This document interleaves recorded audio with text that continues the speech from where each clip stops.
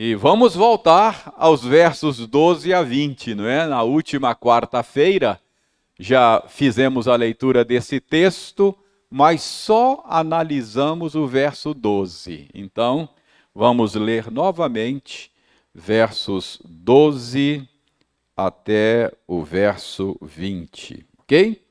Eu leio e você acompanha silenciosamente aí na sua Bíblia. Todas as coisas me são lícitas, mas nem todas convêm. Todas as coisas me são lícitas, mas eu não me deixarei dominar por nenhuma delas. Os alimentos são para o estômago, e o estômago para os alimentos. Mas Deus destruirá tanto estes como aquele. Porém, o corpo não é para a impureza, mas para o Senhor, e o Senhor para o corpo. Deus ressuscitou o Senhor e também nos ressuscitará a nós pelo seu poder. Não sabeis que os vossos corpos são membros de Cristo?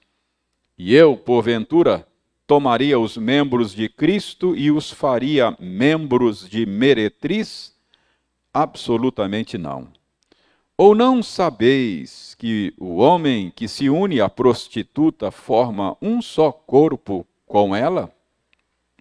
Porque, como se diz, serão os dois uma só carne. Mas aquele que se une ao Senhor é um espírito com ele. Fugi da impureza. Qualquer outro pecado que uma pessoa cometer é fora do corpo, mas aquele que pratica a imoralidade peca contra o corpo. Acaso não sabeis que o vosso corpo é santuário do Espírito Santo que está em vós, o qual tendes da parte de Deus e que não sois de vós mesmos? Porque fostes comprados por preço. Agora, pois, glorificai a Deus no vosso corpo. Permaneça com a sua Bíblia aberta, vamos orar pedindo ao Senhor a bênção da iluminação e vamos aproveitar e interceder pelo trabalho em Medellín. Damos-te graças, ó Senhor, por nos permitires nos reunir mais uma vez, como estamos fazendo agora, em torno da tua palavra santa, a fim de estudá-la. Pedimos ao Senhor que abençoe o nosso tempo de estudos, de uma maneira tal que possamos ter uma boa compreensão desta passagem e que, tendo boa compreensão dela, sejamos alimentados, nutridos por Ti mesmo. Senhor, queremos agradecer-te também as boas notícias a respeito do projeto missionário Pés Formosos. Obrigado pelo privilégio de participar disto que o Senhor está fazendo na Colômbia. Obrigado porque sabemos que já lá há um pequeno grupo de pessoas estudando a Tua palavra com o reverendo Ivan. E que, por meio do ministério dele, os eleitos do Senhor sejam alcançados pela graça salvadora naquela cidade.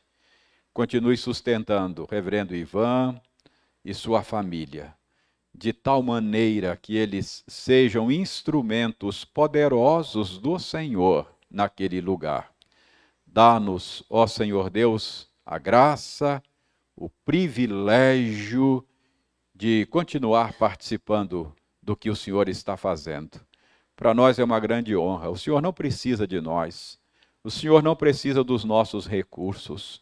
O Senhor pode muito bem chamar os teus eleitos sem a nossa colaboração. Mas o Senhor tem nos dado a honra e o privilégio de participar daquilo que o Senhor está fazendo. Dá-nos, ó Senhor Deus, alegria de sermos participantes destas coisas. Nós oramos em nome de Jesus, o nosso amado Redentor. Amém. Problemas de uma igreja local. Esse é o tema da série de estudos que temos realizado às quartas-feiras. Problemas de uma igreja local deve-se ao fato de que a primeira carta de Paulo aos Coríntios é uma carta que foi escrita para tratar de problemas de uma igreja local. Então, esse é o tema da nossa série de estudos. Nós já vimos que Paulo trata de uma série de problemas na igreja de Corinto. O primeiro problema que ele tratou, problemas de divisões. Depois ele tratou da animosidade que havia contra ele na igreja de Corinto.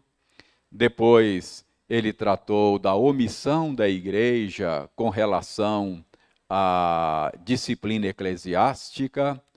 Depois ele tratou de um outro problema que era litígio entre irmãos. Havia irmãos na igreja de Corinto levando uns aos outros às barras dos tribunais. E agora chegamos ao capítulo 6 e vimos que aqui Paulo está tratando da impureza sexual. Isso fica muito claro porque no verso 18 ele dá a seguinte ordem: fugir da impureza.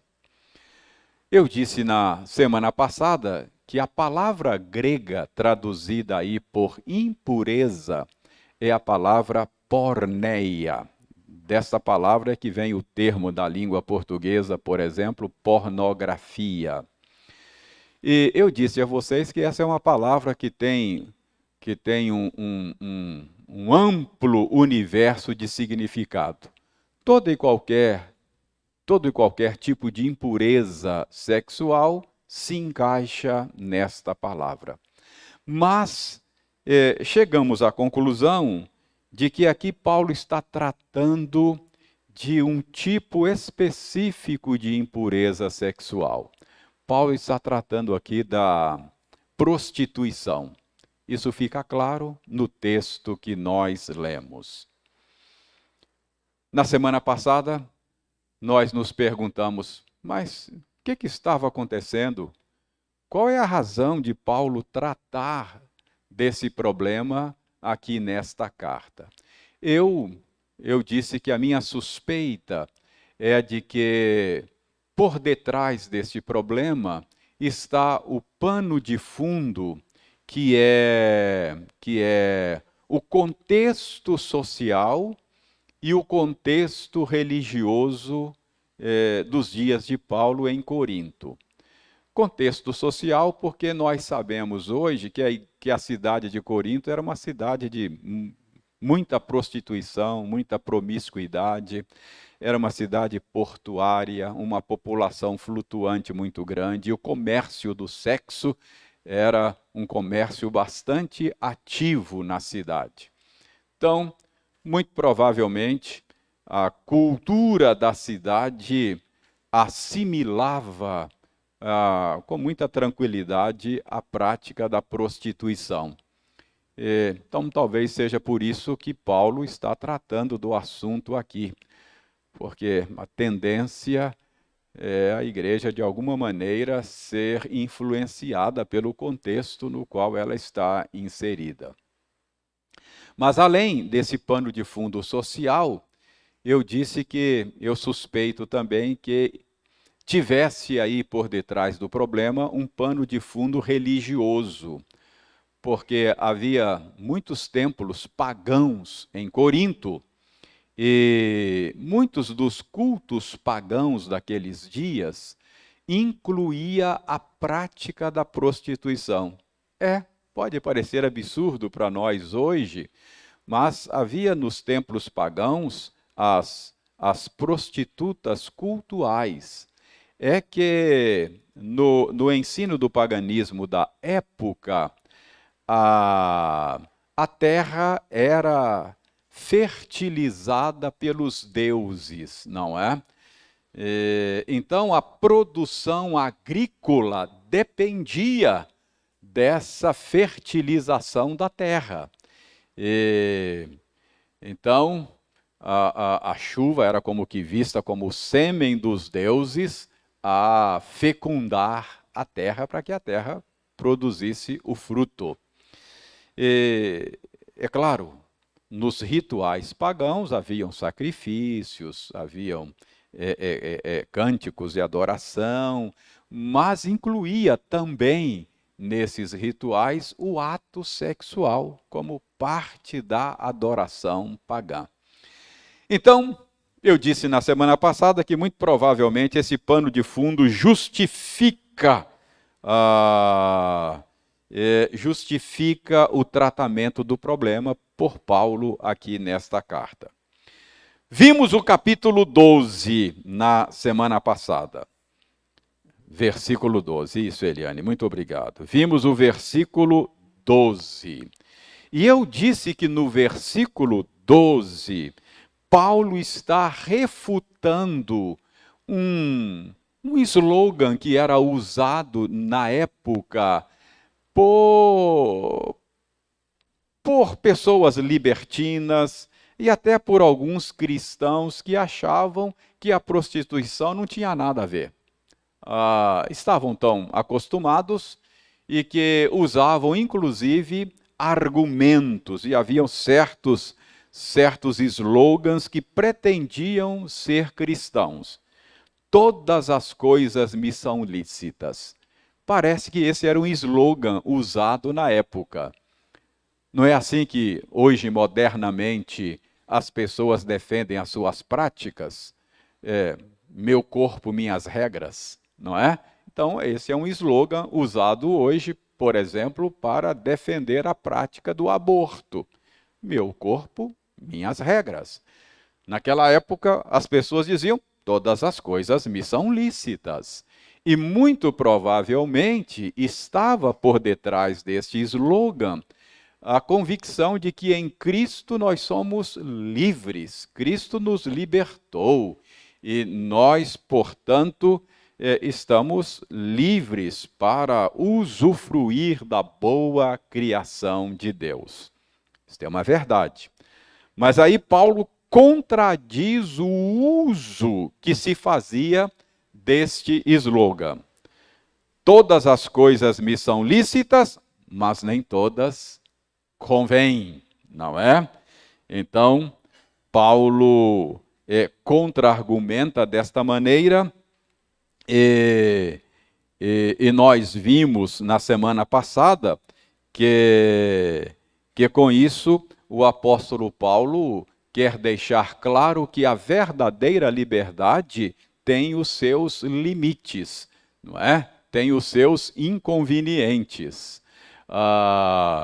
Se nós extrapolarmos os limites da verdadeira liberdade, ela deixa de ser liberdade, não é? Eu citei o exemplo do peixe. O peixe só é livre enquanto ele permanecer dentro dos limites das águas. O peixe, se ele romper os limites das águas, ele perde a sua liberdade e a vida, não é?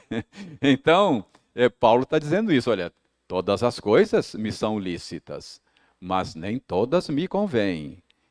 Eu só sou livre enquanto eu permanecer dentro de certos limites. Liberdade para Paulo não é liberdade para fazer o que quiser, quando quiser, do jeito que quiser, mas é liberdade para ser aquilo que fomos projetados para ser. Depois Paulo contradiz o mesmo slogan da seguinte forma: todas as coisas me são lícitas, mas eu não me deixarei dominar por nenhuma delas. Ora, a verdadeira liberdade, mesmo que seja uma coisa legítima, deixa de ser liberdade quando eu me deixo dominar por algo legítimo, não é? Então, se eu me deixo... A verdadeira liberdade é a liberdade para fazer e a liberdade para deixar de fazer. Lembra do exemplo que eu dei daquele meu amigo cujo colega de faculdade disse que ele não era livre porque ele não fumava, não usava tabaco? E ele contra-argumentou dizendo, eu sou livre para fumar, se eu quiser eu fumo, ninguém me impede. Mas eu sou livre para não fumar. Agora, você é livre só para fumar. Se você disser que não vai fumar hoje, você não consegue. Então, essa sua liberdade é ilusória. Quando você se deixa dominar por algo, a liberdade deixou de ser liberdade. Não é verdade? Então, isso, verso 2, vimos na aula passada, não é? Mas a 12, verso 12. Obrigado, Eliane. A minha auxiliadora está aqui do meu lado e não me deixa. Não me. Pois é, não me deixa errar. Ok. Mas é isso. Por isso que Deus colocou ela do meu lado. Estava perdido, estaria perdido sem ela. Vamos lá.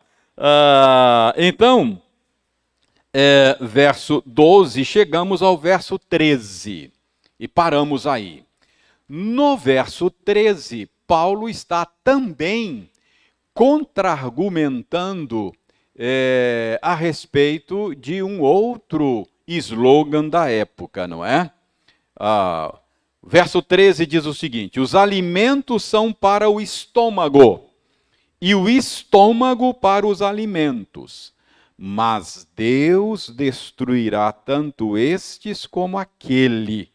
Porém, o corpo não é para a impureza, mas para o Senhor, e o Senhor para o corpo. Então, os alimentos são para o estômago, e o estômago são para os alimentos, era um outro slogan, não é? Que era usado por esses libertinos que achavam que poderiam viver uma vida sexualmente impura.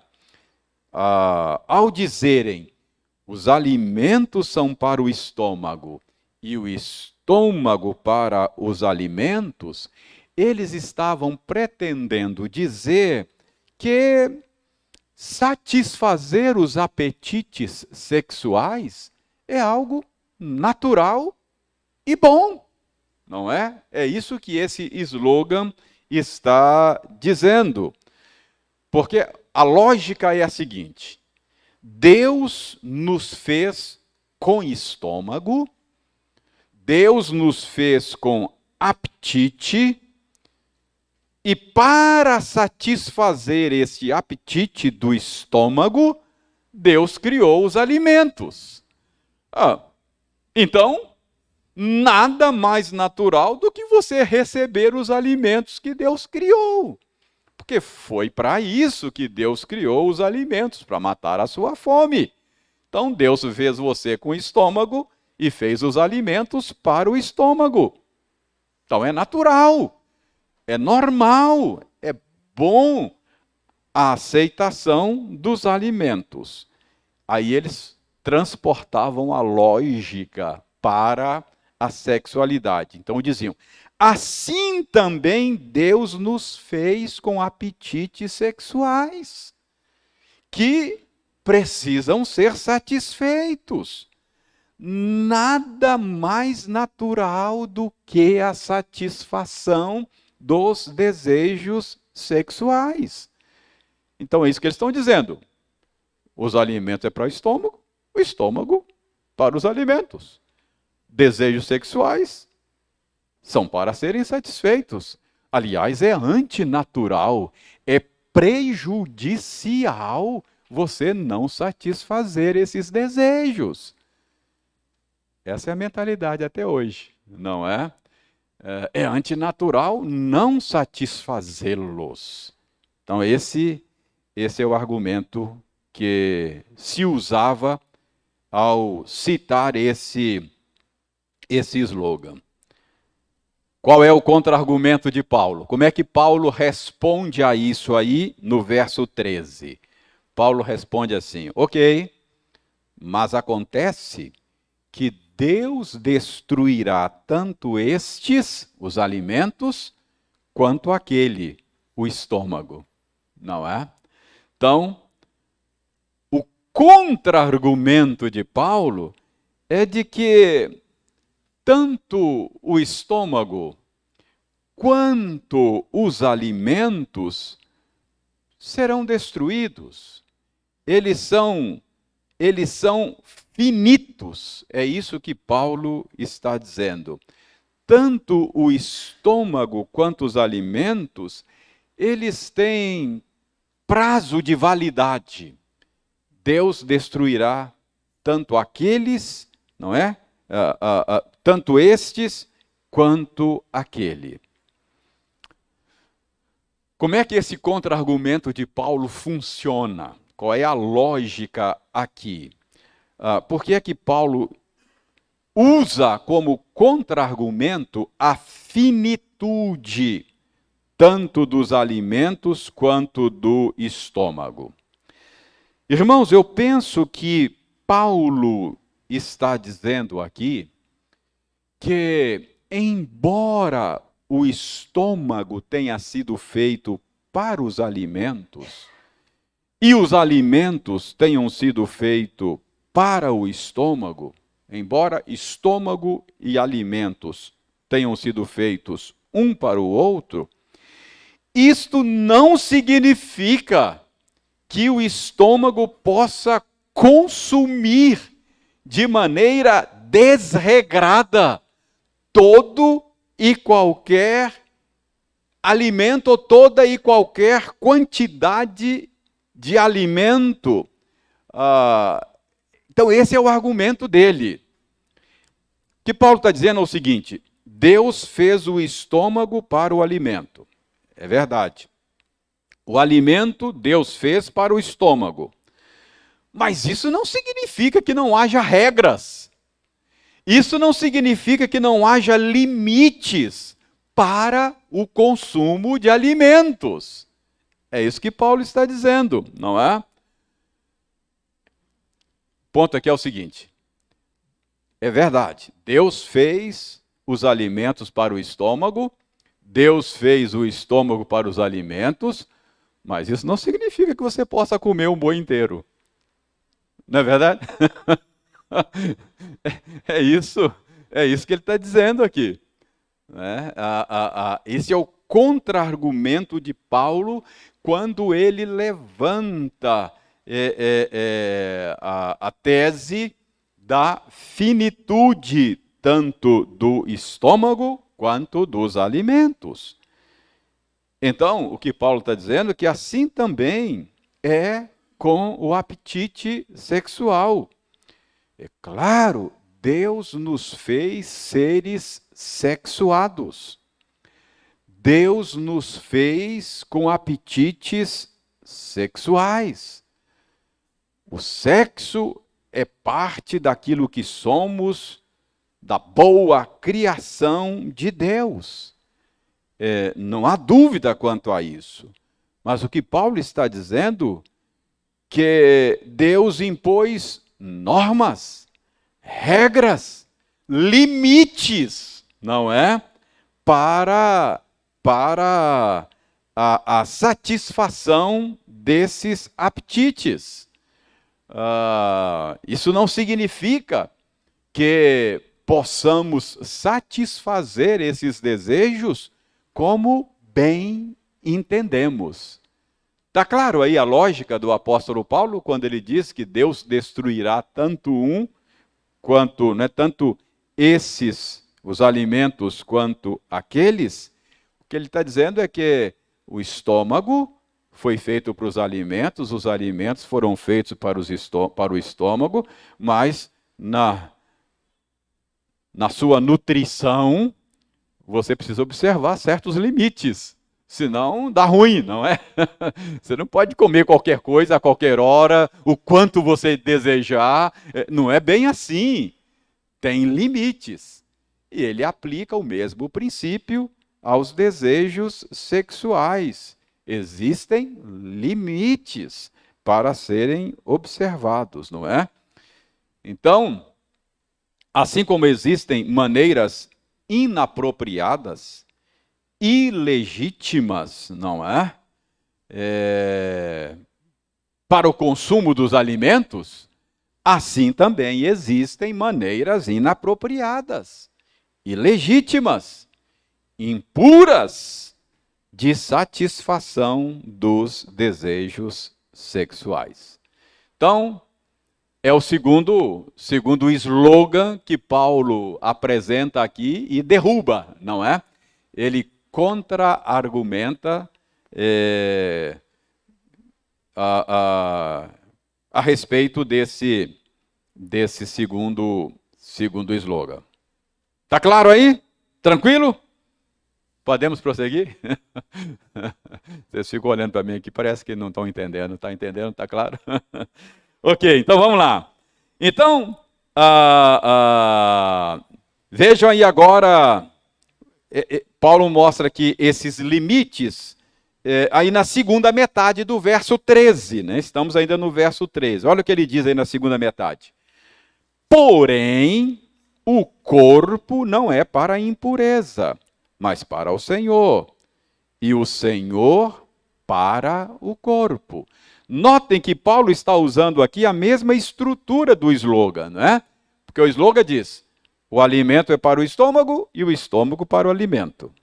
Mas Paulo usa a mesma estrutura. Mas o corpo não é para a impureza, e sim para o Senhor, e o Senhor para o corpo.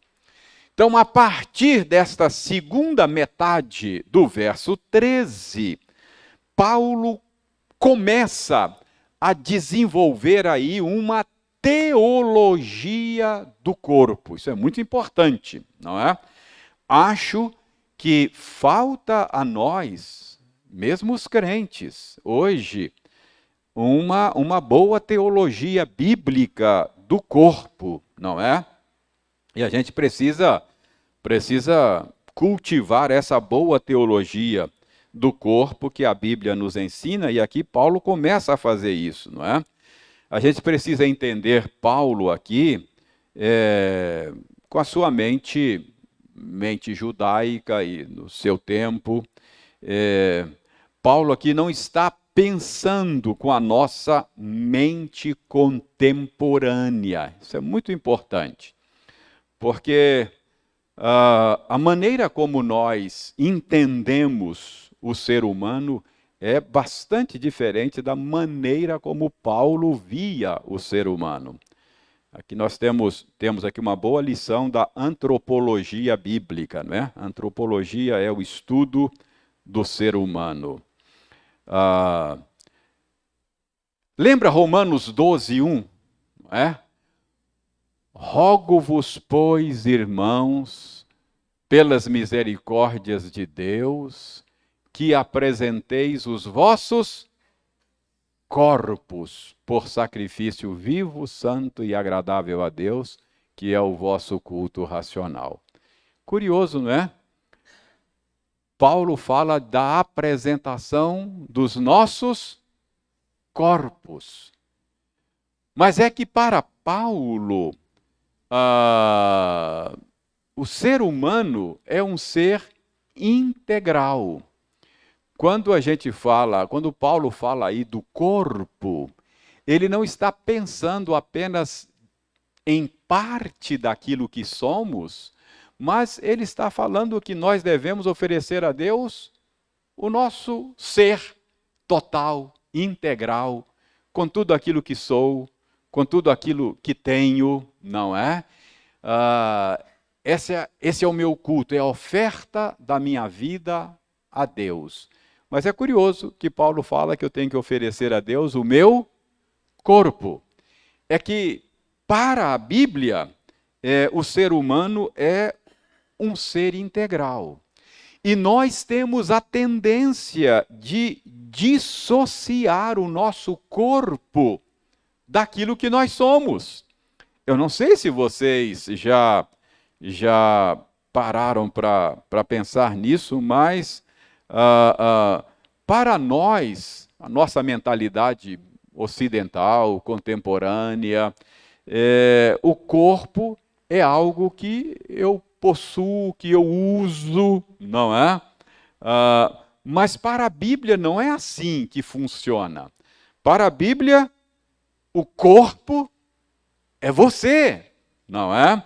O corpo não é algo que você possui, não é? Como uma casa, um carro, não é? O corpo é meu, eu faço o que eu quiser. Essa é a mentalidade. O corpo é uma coisa que eu possuo, não é? Então eu posso usar o meu corpo como eu bem entender. Essa dissociação, esse dualismo não está na mentalidade bíblica quando a Bíblia fala do ser humano.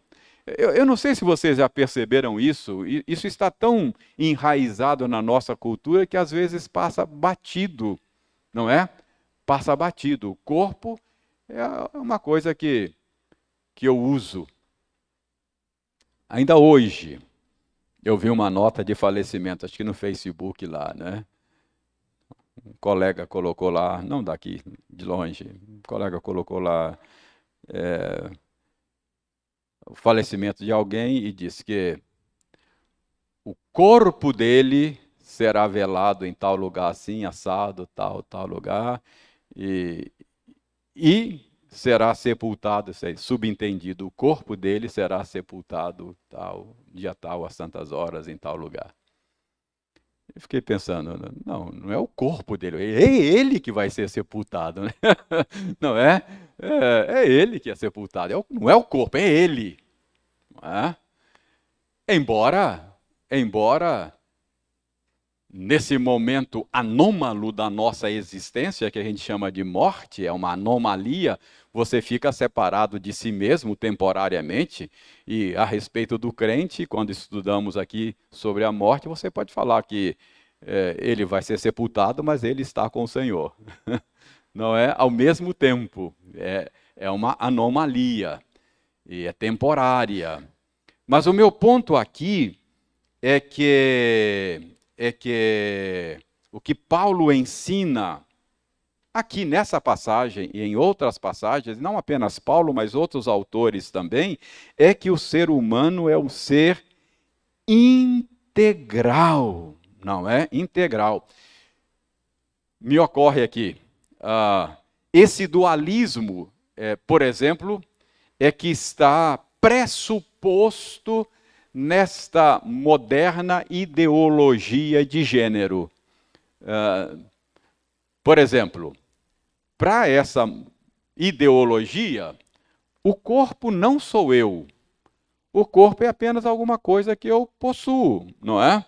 Corpo é um objeto que eu possuo, como uma casa, um carro. Né? Daí eu posso dizer assim, olha, me deram um corpo errado, cara. Eu sou uma mulher no corpo de homem, me deram o corpo errado. Já viram isso? Eu sou uma mulher. Eu não sou esse corpo, eu sou uma mulher no corpo errado. Então, houve um equívoco aqui da biologia, não é? Eu preciso corrigir esse equívoco. Aí eu vou lá no cirurgião e falo, olha, me deram um corpo errado, corrige isso aí para mim. Porque o corpo é apenas uma coisa que eu possuo, não sou eu. Percebe? Não é assim que a Bíblia vê o ser humano, né? O ser humano é um ser integral, total. O meu corpo sou eu, não é? É um ser completo. Na antropologia bíblica, somos um ser integral, uma unidade psicossomática, não é? Psique, a palavra grega para alma, não é? Soma, corpo.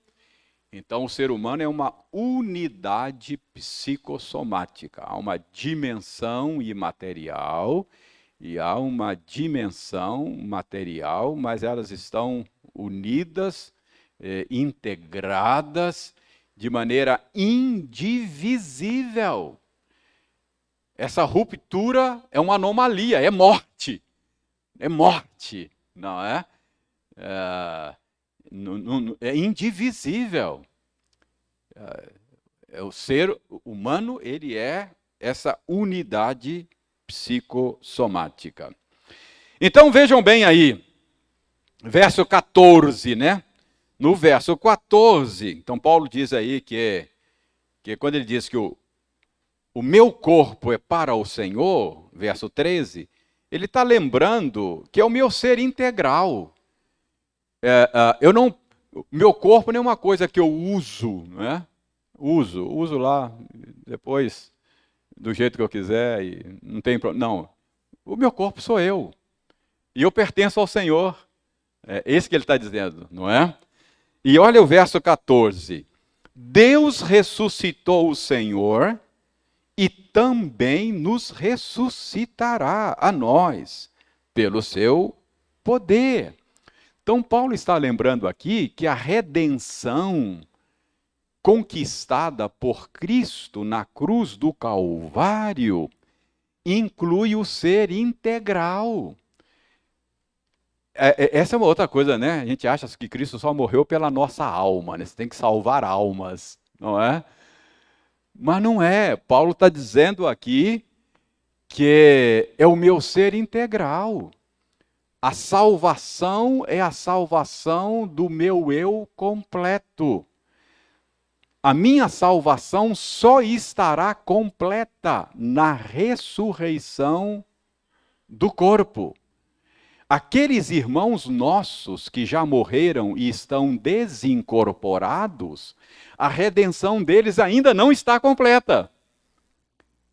Só estará completa quando todo o ser deles estiver redimido. Não foi isso que as crianças ensinaram para nós aqui quando falaram o credo apostólico? É parte da nossa fé. Creio na ressurreição do corpo, na remissão dos pecados e na vida eterna.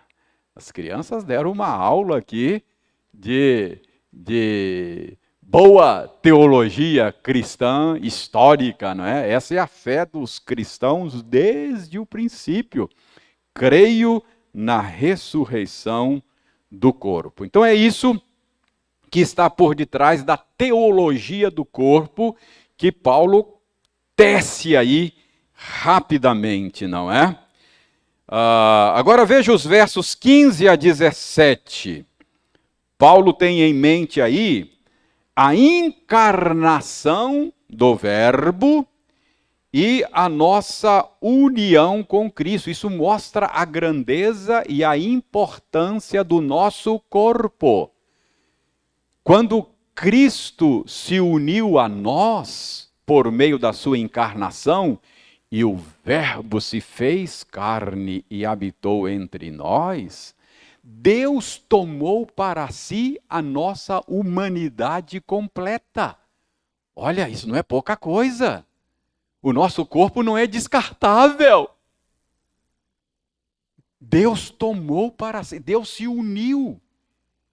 Ele tomou para si a nossa humanidade materializada, corpo e alma. Cristo tem um corpo, como esse seu e esse meu, hoje. Ele se uniu de maneira indissolúvel à nossa humanidade.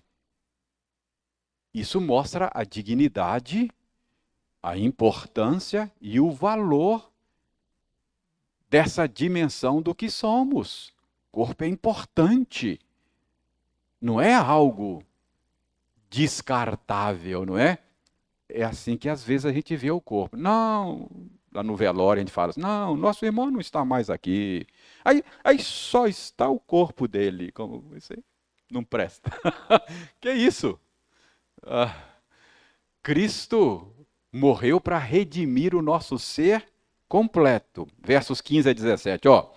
Não sabeis que os vossos corpos são membros de Cristo? Ele está pensando aqui na encarnação. Cristo se uniu a nós, ele tem um corpo como esse corpo meu aqui, não é? E eu, porventura, tomaria os membros de Cristo e os faria membros de meretriz? Paulo diz, absolutamente não.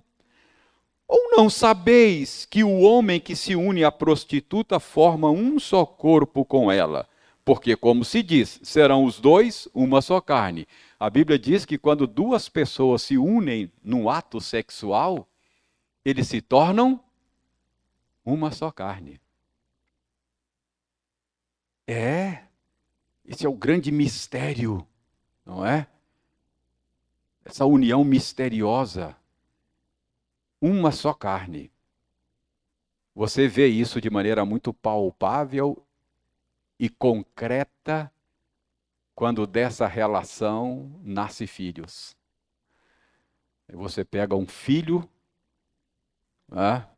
Pega lá um dos seus filhos. Eu tenho 3 filhos. Cada um deles, biologicamente falando, tem um pouco de Eliane e um pouco de Paulo. Um único ser, Paulo e Eliane misturado de uma maneira inseparável para todo sempre. Pega lá, qualquer um deles e tenta separar Paulo e Eliane lá. Não dá. Agora não dá mais. Uniu-se de uma maneira indissolúvel. O ato sexual faz isso. Percebe? Por isso é que para nós cristãos casamento é indissolúvel, não pode separar. Uniu, acabou. Percebe? É a nossa teologia do sexo, do casamento, é a nossa compreensão dessa coisa. Então, veja bem, Paulo está dizendo, quando você se une sexualmente com alguém, você se torna um só corpo. Porque a Bíblia diz que assim acontece. Como se diz, serão os dois uma só carne. Mas aquele que se une ao Senhor é um só espírito com ele. Ou seja, você que é crente está unido a Cristo, quando se deita com uma prostituta, você leva Cristo para essa cama adúltera. Porque Cristo é um com você. Olha que coisa tremenda, terrível. Não é? Então Paulo aqui está desenvolvendo uma teologia do corpo e mostrando as implicações da nossa crença a respeito do corpo para uma relação adulterina. Então, é isso que Paulo está dizendo aí nos versos 15 a 17, não é? A nossa união com Cristo é também uma união corporal. Por isso, se eu me entrego, se eu entrego o meu corpo numa relação adúltera, eu acabo envolvendo a pessoa do Senhor nessa relação pecaminosa. E aí, finalmente, versos 19 e 20, Paulo diz: acaso não sabeis? Olha, o jeito de Paulo falar é aquele jeito, olha, é claro que vocês sabem, não é? Acaso não sabeis? Ou seja, é claro que vocês sabem. Se não sabem, deveriam saber. Não é? Acaso não sabeis? É isso que. Acaso não sabeis que o vosso corpo é santuário do Espírito Santo que está em vós, o qual tendes da parte de Deus e que não sois de vós mesmos? Ou seja, você não se pertence mais a si mesmo. Por quê? Porque fostes comprados por preço. Então, você não pode mais fazer da sua vida o que você bem entende, e isso inclui o seu corpo. Um morreu por todos, logo todos morreram, para que aqueles que vivem não vivam mais para si mesmos, mas para aquele que por eles morreu. Agora você tem que falar como Paulo. Já não sou eu mais quem vive, Cristo vive em mim. Eu já morri. Aquele pecador que a minha mãe colocou no mundo não existe mais. Aquele já morreu lá na cruz, foi crucificado. Eu sou nova criação, uma criação nova. Deus me fez de novo. E agora eu estou ligado com Cristo e eu não me pertenço mais. Ele é o meu Senhor e eu quero viver para Ele. Portanto, eu não posso mais fazer da minha vida o que eu bem entendo. Eu não posso mais fazer do meu corpo o que eu bem entendo. O meu corpo não me pertence mais. Ele foi comprado. Entendeu? Esse é o argumento de Paulo. Simples assim. Aqui ele mostra que nós não pertencemos mais a nós mesmos.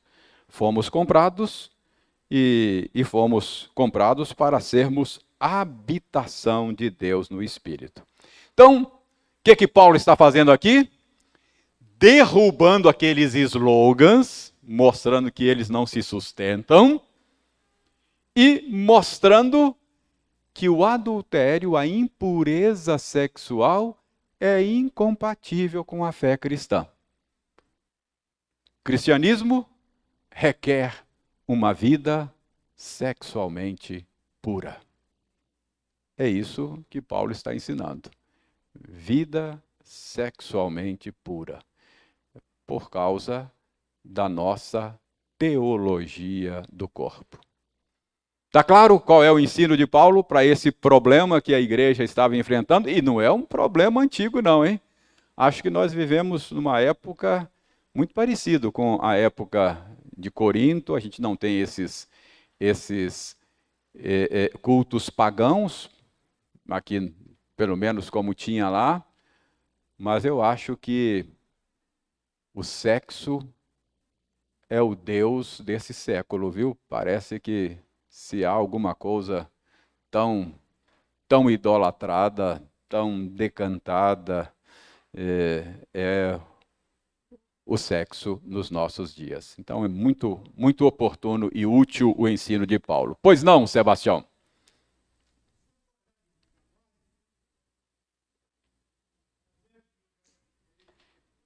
Sim. Hum.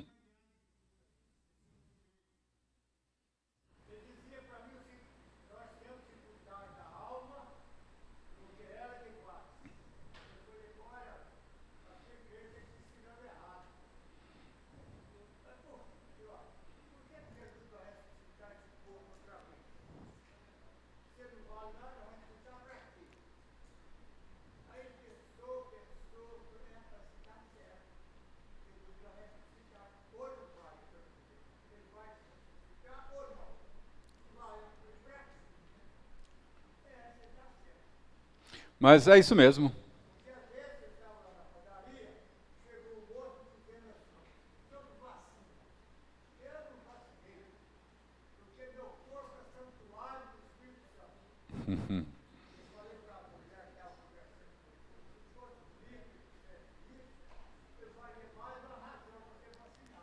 É verdade. Eu preciso cuidar bem do meu corpo, me alimentar bem, fazer caminhada, fazer exercício físico, não viver vida sedentária, cuidar bem do corpo, porque ele é importante. Não.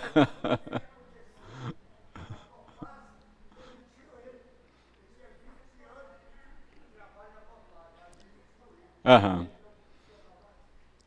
Pois a Bíblia, Paulo diz que Paulo diz na Bíblia que a gente deve, Paulo diz que para os obreiros, né?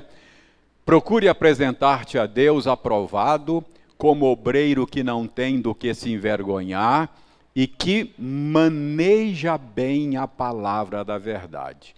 Um pastor que não maneja bem a palavra da verdade faz tanto mal quanto um cirurgião que não maneja bem o bisturi. Então, se você não sabe manejar a sua ferramenta, faz mais mal do que bem.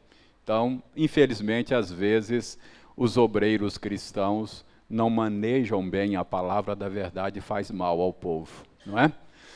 Mas acontece, tristemente.